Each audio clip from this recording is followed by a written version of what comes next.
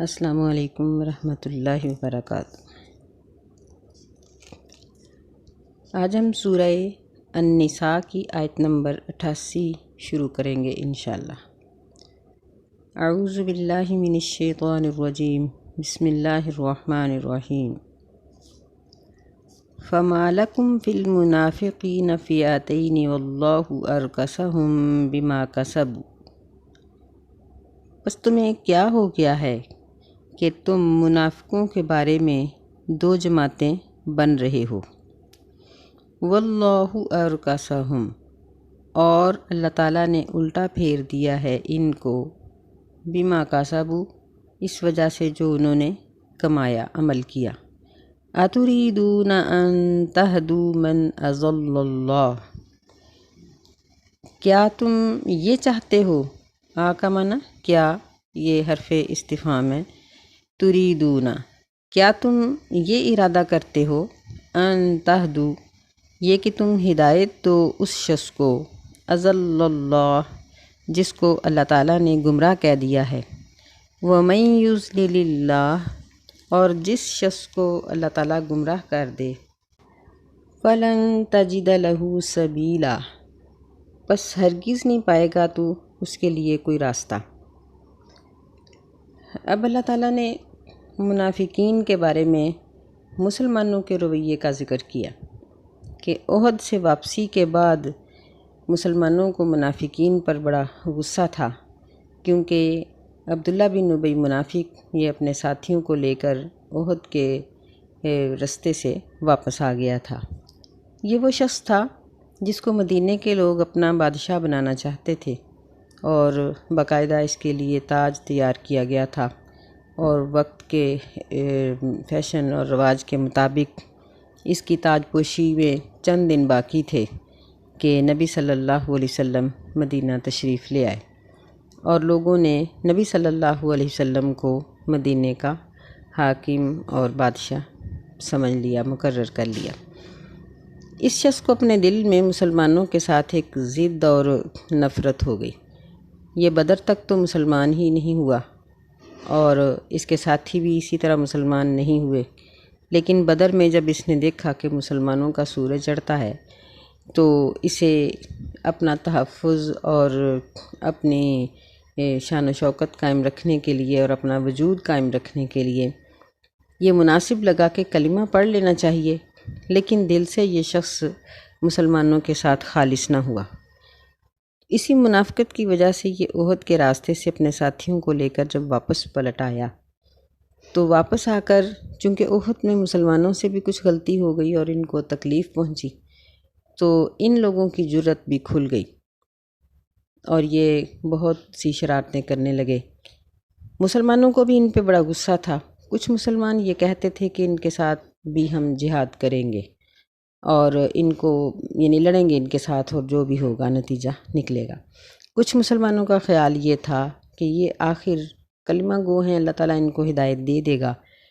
تو ان کے ساتھ ہمیں جنگ نہیں لڑنی چاہیے۔ تو یہ دو قسم کی رائے کی وجہ سے اللہ تعالیٰ نے مسلمانوں کو کہا کہ تم کیوں آپس میں دو گروہ ہو رہے ہو؟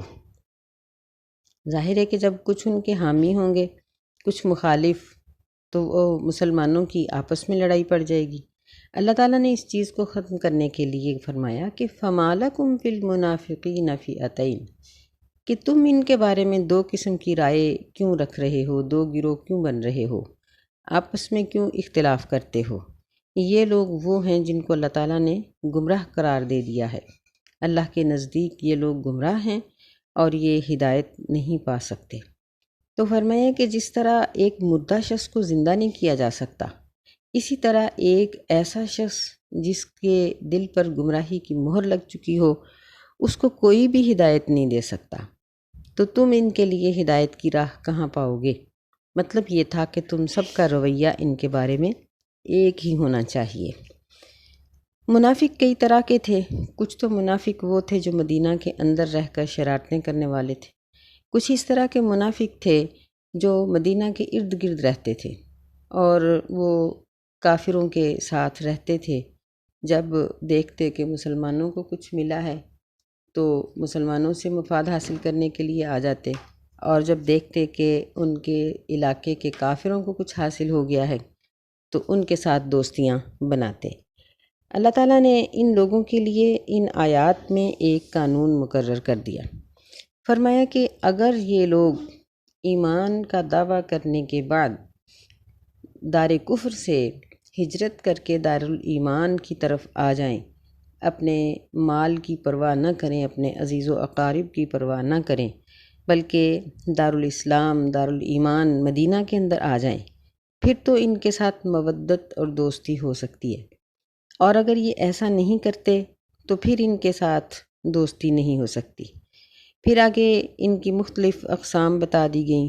کہ کن کے ساتھ جنگ ہو سکتی ہے اور کن کے ساتھ جنگ نہیں ہو سکتی۔ فرمایا وَدُّوا لَوْ تَكْفُرُونَ كَمَا كَفَرُوا، وہ پسند کرتے ہیں، ود یود سے دوستی بنانا، پسند کرنا، یہ پسند کرتے ہیں لو تکفرون، کاش کہ تم بھی کفر کرو، کما کفروا، جس طرح انہوں نے کفر کیا ہے، فتکونون سواء، بس تم سب برابر ہو جاؤ۔ یعنی اس سے ہمیں یہ معلوم ہوتا ہے کہ منافقت کفر کے برابر ہے، بلکہ اللہ تعالیٰ نے ایک جگہ پر فرمایا کہ ان المنافقین فی الدرک الاسفل من النار، کہ منافق شخص یہ جہنم کے نچلے درجے میں ہوگا، یعنی اس کی ذلت اور رسوائی کافر سے زیادہ ہوگی، کیونکہ کافر اسلام کو اتنا نقصان نہیں پہنچا سکتا جتنا منافق پہنچا دیتا ہے۔ تو یہاں ان کی ایک بری خصلت یہ بتائی گئی کہ یہ خود تو منافق ہیں، یہ تمہیں بھی منافق کرنا چاہتے ہیں، یہ چاہتے ہیں کہ تم بھی انہی کی طرح کے ہو جاؤ۔ آج کل بھی دیکھ لیں کہ جہاں مسلمانوں کے اوپر ہزاروں پابندیاں ہیں، اور مسلمانوں پر سن 2000 کے بعد جب افغانستان پہ حملہ ہوا تو طرح طرح کی پابندیاں لگیں، مسلمانوں کو پکڑا گیا، مارا گیا، گرفتار کیا گیا، عالمی سطح پر مسلمانوں کے ساتھ دشمنی کا بازار گرم کر دیا گیا۔ لیکن کچھ مسلمان اس طرح کے تھے جو بعض اسلامی احکامات کا انکار کرنے والے تھے، مثلاً وہ جہاد کے منکر تھے، تو ان کے ساتھ رعایت برتی گئی۔ مسلمانوں کے پروگراموں پر بم برسائے گئے، لیکن ان کے پروگراموں کی حفاظت کی گئی۔ تو یہ اصل میں ایسے لوگ ہوتے ہیں جن کے اندر ایمان مکمل نہیں ہوتا، اور کافروں کا ان کی طرف رجحان ہوتا ہے، اور ان کا کافروں کے ساتھ ان کی طرف یعنی میلان اور کافروں کے معاملات میں ان کے دلوں میں نرمی ہوتی ہے۔ فرمایا فَلَا تَتَّخِذُوا مِنْهُمْ أَوْلِيَاءَ، پس نہ پکڑو تم ان میں سے دوست، حَتَّى يُهَاجِرُوا فِي سَبِيلِ اللَّهِ، یہاں تک کہ وہ ہجرت کر جائیں اللہ تعالیٰ کی راہ میں۔ یعنی ایسے منافق جو دارالکفر میں رہ رہے ہیں، جب تک ہجرت نہیں کرتے تھے اس وقت تک ان کو دوست یا ان کے ساتھ رشتہ داری کی اجازت نہیں تھی۔ یہ بات یاد رکھنے کی ہے کہ اس وقت مدینہ میں نبی صلی اللہ علیہ وسلم نے اسلامی حکومت کی طرف سے یہ اعلان کر رکھا تھا کہ جو بھی مہاجر آئے ہم اس کو جگہ دیں گے۔ آج بھی اگر کوئی ملک یہ اعلان کر دے کہ ہم آنے والے مسلمانوں کو جگہ دیں گے اور ان کا انتظام بھی کریں گے، تو جو مسلمان کافر ملکوں میں رہ رہے ہیں ان سب کے لیے ہجرت لازم ہو جائے، کہ ان کے ایمان کا معیار ہی ہجرت کو سمجھا جائے، کہ ہجرت کر کے وہ دارالایمان میں آئیں تو پھر ان کا ایمان مقبول ہوگا، ورنہ نہیں ہوگا۔ لیکن آج کل یہ صورتحال نہیں ہے، بلکہ یہ ہے کہ مسلمانوں کو کوئی بھی ملک برداشت کرنے کے لیے تیار نہیں۔ تو ایسی صورتحال میں جہاں جہاں مسلمان کافروں کی بستیوں میں رہتے ہیں، وہاں سے اگر وہ تھوڑا بہت اپنے مقام کو ٹھکانے کو بدل سکتے ہیں تو بدل لیں، کہ مثلاً محلہ چھوڑ دیں، کسی دوسرے محلے میں چلے جائیں، اس طرح کر کے اپنے آپ کو محفوظ کر سکیں تو ان کو کر لینا چاہیے۔ ورنہ جہاں کہیں کوئی مسلمان رہائش اختیار کیے ہوئے ہے وہ وہاں مستضعفین میں ہوگا، مجبور لوگوں میں ہوگا۔ اللہ تعالیٰ تمام مسلمانوں کی مدد فرمائے۔ تو یہ لوگ یعنی ان کے لیے ہجرت کرنا اور دارالاسلام میں آنا یہ ایک معیار مقرر کیا گیا تھا کہ اگر وہ ایسا کریں تو پھر ان کو اپنا دوست سمجھو، اپنا مسلمان بھائی سمجھو، ان کے ساتھ وہ تمام رعایت رکھو جو مسلمانوں کے ساتھ رکھی جاتی ہے۔ فَإِن تَوَلَّوْا فَخُذُوهُمْ وَاقْتُلُوهُمْ حَيْثُ وَجَدتُّمُوهُمْ، پس اگر وہ پھر جائیں، یعنی اگر وہ اسلام کی خاطر ہجرت نہیں کرتے، انکار کر دیتے ہیں، فَخُذُوهُمْ، پس ان کو پکڑو، وَاقْتُلُوهُمْ، اور ان کو قتل کرو، حَيْثُ وَجَدتُّمُوهُمْ، جہاں بھی تم ان کو پاؤ، وَلَا تَتَّخِذُوا مِنْهُمْ وَلِيًّا وَلَا نَصِيرًا، اور نہ پکڑو تم ان میں سے دوست اور نہ مددگار۔ یہ ان منافقین کے ساتھ قتال اس وقت ہوگا جب یہ مسلمانوں کے اوپر ہاتھ اٹھائیں گے۔ اگلی آیات میں یہ بات واضح کر دی گئی ہے کہ ایسے منافق جو کافروں سے مل کر مسلمانوں کو تکلیف پہنچائیں تو ان کے ساتھ اسی طرح جنگ لڑو جس طرح کافروں کے ساتھ لڑی جاتی ہے۔ إِلَّا الَّذِينَ يَصِلُونَ إِلَىٰ قَوْمٍ بَيْنَكُمْ وَبَيْنَهُم مِّيثَاقٌ، مگر وہ لوگ یصلون جو مل جاتے ہیں ایسی قوم سے کہ تمہارے اور ان کے درمیان میثاق جنگ بندی کا معاہدہ ہے، او جاؤکم حصیرت صدورہم، یا ایسے لوگ جو تمہارے پاس آئیں، حصیرت کے روک دیے گئے ہیں ان کے سینے، ان یقاتلوکم، یہ کہ وہ تمہارے ساتھ جنگ لڑیں، او یقاتلوا قومہم، یا اپنی قوم کے ساتھ جنگ لڑیں۔ یعنی یہاں دو قسم کے منافقوں کو مستثنیٰ کر دیا گیا ہے۔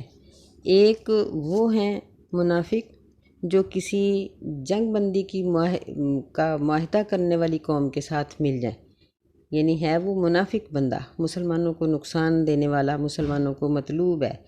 اور وہ واجب القتل ہے، لیکن وہ کسی ایسی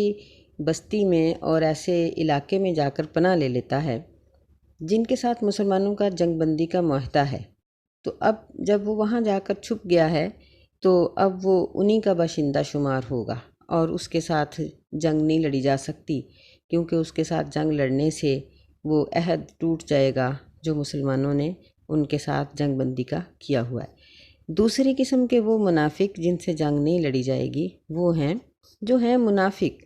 لیکن وہ مسلمانوں کے خلاف ہاتھ نہیں اٹھاتے۔ اسی طرح کے منافق مسلمانوں کے ایریاز میں پھیلے ہوئے ہوتے ہیں، مسلمانوں کے ملکوں میں پھیلے ہوئے ہیں۔ آج بھی بہت سے منافق اس طرح کے موجود ہیں جن کی ہمدردیاں کافروں کے ساتھ ہیں، لیکن ان کے نام مسلمانوں والے ہیں، مسلمانوں کے علاقوں میں رہتے ہیں اور کلمہ تو پڑھتے ہیں یا کبھی کبھار کوئی نماز روزہ بھی کر لیتے ہیں، لیکن ان کی ہمدردی اور اندر سے وہ اسلامی احکامات کو اچھا نہیں سمجھتے اور ان کے اندر منافقت کی تمام علامتیں موجود ہیں۔ لیکن جب وہ مسلمانوں کے خلاف ہاتھ نہیں اٹھاتے، مسلمانوں کے املاک، مسلمانوں کی عزتیں خراب نہیں کرتے، تو ایسے لوگوں کے خلاف ہاتھ نہیں اٹھایا جائے گا اور ایسے لوگوں کو امن دیا جائے گا، ان کے ساتھ جنگ نہیں لڑی جائے گی۔ وَلَوْ شَاءَ اللَّهُ لَسَلَّطَهُمْ عَلَيْكُمْ فَلَقَاتَلُوكُمْ، اور اگر اللہ تعالیٰ چاہتا تو ضرور ان کو مسلط کر دیتا تم پر، فَلَقَاتَلُوكُمْ، پس وہ ضرور تم سے لڑتے۔ یہاں دیکھیں کہ اللہ تعالیٰ نے ایک اپنے احسان کا ذکر کیا ہے کہ اگر جنگ خندق کی طرح تمام کافر اور تمام غیر مسلم مسلمانوں کے خلاف لڑنے کے لیے اکٹھے ہو جائیں تو مسلمان نہیں بچ سکتے، ان کو ختم کر دیں گے۔ اللہ تعالیٰ نے مسلمانوں کی جو مشقت ہے اس کو کم کرنے کے لیے بہت سے لوگوں کے دلوں سے جنگ کی محبت ہی نکال دی ہے کہ اب بھی دیکھیں کہ فرانس جیسے بعض ممالک ایسے ہیں جو کسی سے جنگ ہی نہیں لڑتے، جن کی فوج ہی نہیں ہے، اور ہمارے علاقوں کے اندر بھی بعض ایسے گروہ، بعض ایسی جماعتیں ہیں جو یعنی جنگ لڑنا اور مسلمانوں کو نقصان پہنچانا، اس قسم کی ان کے اندر کوئی چیز نہیں پائی جاتی کہ وہ جنگ و جدال سے ویسے ہی خوف کھاتے ہیں، ڈرتے ہیں۔ تو یہ مسلمانوں کے لیے مقابلے کی آسانی کے لیے اللہ تعالیٰ نے ان کے دلوں کو مقابلے کے شوق سے خالی کر دیا ہے کہ اگر پوری دنیا کے لوگ لڑنے کے شوقین ہوتے تو مسلمانوں کے لیے ان کا مقابلہ مشکل ہو جاتا۔ فرمایا فَإِنِ اعْتَزَلُوكُمْ، پس اگر وہ تم سے جدا رہیں، فَلَمْ يُقَاتِلُوكُمْ، پس وہ تمہارے ساتھ نہیں لڑتے، وَأَلْقَوْا إِلَيْكُمُ السَّلَامَ، اور وہ تمہاری طرف صلح کا پیغام بھیجتے ہیں، یعنی تمہارے ساتھ وہ صلح صفائی سے رہنا چاہتے ہیں، فَمَا جَعَلَ اللَّهُ لَكُمْ عَلَيْهِمْ سَبِيلًا، پس نہیں بنایا اللہ تعالیٰ نے تمہارے لیے ان کے خلاف کوئی راستہ، یعنی ایسے لوگوں کے خلاف جہاد کی کوئی اجازت نہیں، یعنی کہ وہ منافق بدترین ہیں جو مسلمانوں کے خلاف جنگ میں کافروں کا کسی نہ کسی طرح ساتھ دیتے ہیں، جس طرح عبداللہ بن ابی منافق کی جماعت نے واپس لوٹ کر کافروں کا ساتھ دے دیا کہ ان کو بتا دیا کہ ہم تمہارے ساتھی ہیں۔ لیکن جو لوگ ایسا نہیں کرتے کہ یعنی وہ اسلام دشمنی ان کے اندر بے شک ہے لیکن مسلمانوں کے ساتھ صلح کے ساتھ رہتے ہیں، دوسرا یہ ہے کہ وہ کافروں کے لشکر میں شامل نہیں ہوتے، نہ ان کو کسی قسم کی کوئی قوت پہنچاتے ہیں، تیسرا یہ کہ اگر ان کو کافروں کے لشکر میں مجبوراً شریک ہونا بھی پڑے تو وہ مسلمانوں کے خلاف پھر بھی ہاتھ نہیں اٹھاتے، جس طرح یہ جنگ احد میں بھی ہو گیا تھا کہ کچھ ایسے مسلمان مکہ سے آ گئے تھے کافروں کے ساتھ مل کر جنہوں نے جنگ کے اندر کوئی کردار ادا نہیں کیا، یعنی انہوں نے تلوار چلائی ہی نہیں، آ گئے تھے لیکن انہوں نے تلوار نہیں چلائی، تو ایسے لوگوں کے خلاف جنگ کرنے سے سختی کے ساتھ منع کر دیا گیا ہے۔ فرمایا کہ فما جعل اللہ لکم علیہم سبیلا، اللہ تعالیٰ نے تمہارے لیے ان کے خلاف لڑائی کا کوئی رستہ نہیں رکھا۔ ستجدون آخرین یریدون ان یأمنوکم ویأمنوا قومہم، ستجدون سین کا معنی ان قریب، جلدی، جلدی ہی تم پاؤ گے دوسرے لوگوں کو، یریدون جو ارادہ کرتے ہیں، ان یأمنوکم یہ کہ وہ تمہارے ساتھ امن میں رہیں، وَيَأْمَنُوا قَوْمَهُمْ اور اپنی قوم کے ساتھ بھی وہ امن میں رہیں، یعنی وہی لوگ جن کے دلوں میں جنگ کا شوق ہی اللہ تعالیٰ نے نکال دیا ہے۔ كُلَّمَا أَرَادُوا إِلَى الْفِتْنَةِ أُرْكِسُوا فِيهَا، جب بھی وہ لوٹائے جاتے ہیں، لوٹائے جاتے ہیں فتنہ کی طرف، أُرْكِسُوا فِيهَا تو وہ اس میں الٹے پھر جاتے ہیں، یعنی جس طرح ان کو دھکیل کر مسلمانوں کے خلاف لشکر میں لایا گیا لیکن انہوں نے مقام جنگ پہنچ کر، میدان جنگ میں پہنچ کر بھی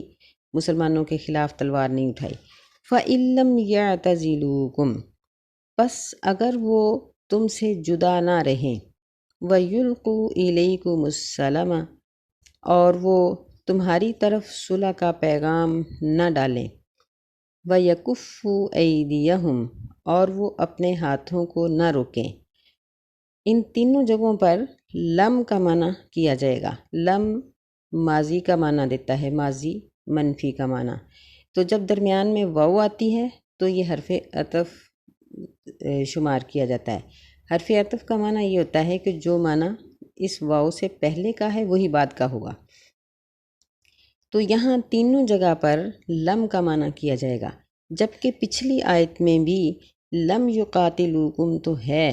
واو بھی ہے، لیکن آگے وَأَلْقَوْا إِلَيْكُمُ السَّلَامَ یہ مضارع کا صیغہ نہیں ہے، جس وجہ سے اس لم کا معنی ایک ہی جگہ پر کیا گیا، اور یہ معنی ہم نے پڑھا کہ پس اگر وہ تمہارے ساتھ لڑائی نہ کریں اور تمہیں صلح کا پیغام بھیجیں، یہاں ہم نے نفی کا معنی نہیں کیا، یہاں تینوں جگہ پہ نفی کا معنی ہوگا کہ پس اگر وہ تم سے جدا بھی نہ رہیں، وَيُلْقُوا إِلَيْكُمُ السَّلَامَ اور تمہاری طرف وہ سلام یعنی سلامتی کا پیغام بھی نہ بھیجیں، وَيَكُفُّوا أَيْدِيَهُمْ اور اپنے ہاتھوں کو بھی نہ روکیں، یعنی وہ شرارتوں سے باز نہ آئیں، قتال سے باز نہ آئیں، فَخُذُوهُمْ پس ان کو پکڑ لو، وَقْتُلُوهُمْ اور ان کو قتل کر ڈالو، حَيْثُ ثَقِفْتُمُوهُمْ جہاں بھی تم ان کو پاؤ، وَأُولَئِكُمْ جَعَلْنَا لَكُمْ عَلَيْهِمْ سُلْطَانًا مُبِينًا اور یہ ایسے لوگ ہیں کہ ہم نے بنایا ہے تمہارے لیے ان کے خلاف غلبہ ظاہر، یعنی ظاہری دلیل مسلمانوں کے پاس موجود ہے کہ یہ لوگ چھیڑ چھاڑ کرتے ہیں، اس لیے ان کے ساتھ قتال کیا جائے گا، یعنی چھیڑ چھاڑ کرنے والوں کے ساتھ قتال کرو اور کھل کے کرو، ان کو کسی قسم کی گنجائش نہ دو۔ ہمیں اس آیت میں یہ بات واضح طور پر معلوم ہو گئی کہ اسلام تلوار کے زور پر پھیلنے والا مذہب نہیں ہے، بلکہ اسلام صرف ان لوگوں کے خلاف جہاد کرتا ہے جو مسلمانوں کو رہنے میں تنگی ڈالتے ہیں اور مسلمانوں کے حقوق چھینتے ہیں۔ ورنہ مسلمان اگر ہر ایک کے ساتھ لڑیں تو پھر یہ دہشت گرد ہو سکتے ہیں۔ اسلام ہرگز دہشت گرد نہیں ہے۔ اللہ ہمیں سمجھنے کی توفیق عطا فرمائے۔ السلام علیکم ورحمۃ اللہ وبرکاتہ۔